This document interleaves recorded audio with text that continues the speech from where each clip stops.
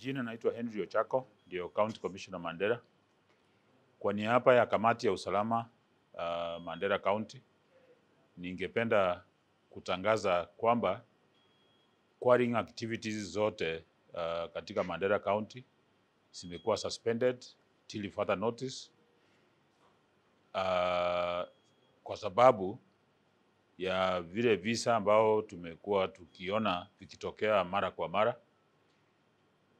Tarehe 29 mwezi wa 4 tulikuwa na attack ilikuwa imetokea huko quarry inaitwa Burabor, ambao tulipoteza Wakenya ambao walikuwa wanafanya kazi huko kwa quarries 5.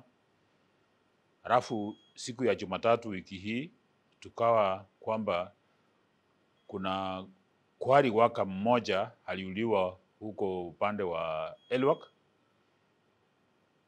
Pamoja na hayo, leo tukapata habari kwamba kuna quarry workers ambao ni non-locals wawili wamekuwa kidnapped na suspected Al-Shabaab operatives.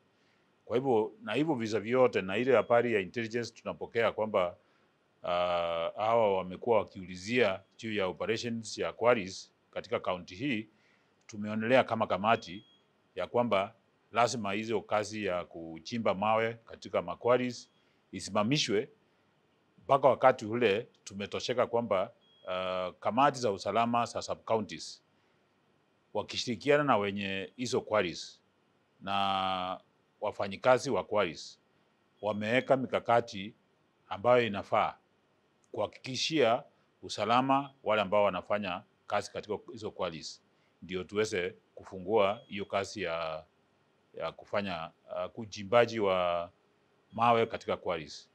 Kwa hivyo hiyo ndio habari tungependa kupea wananchi wetu wa Mandera, kwa sababu tunajali maslahi na maisha ya wafanyikazi wote wa quarries, wawe ni locals ama wawe ni non-locals.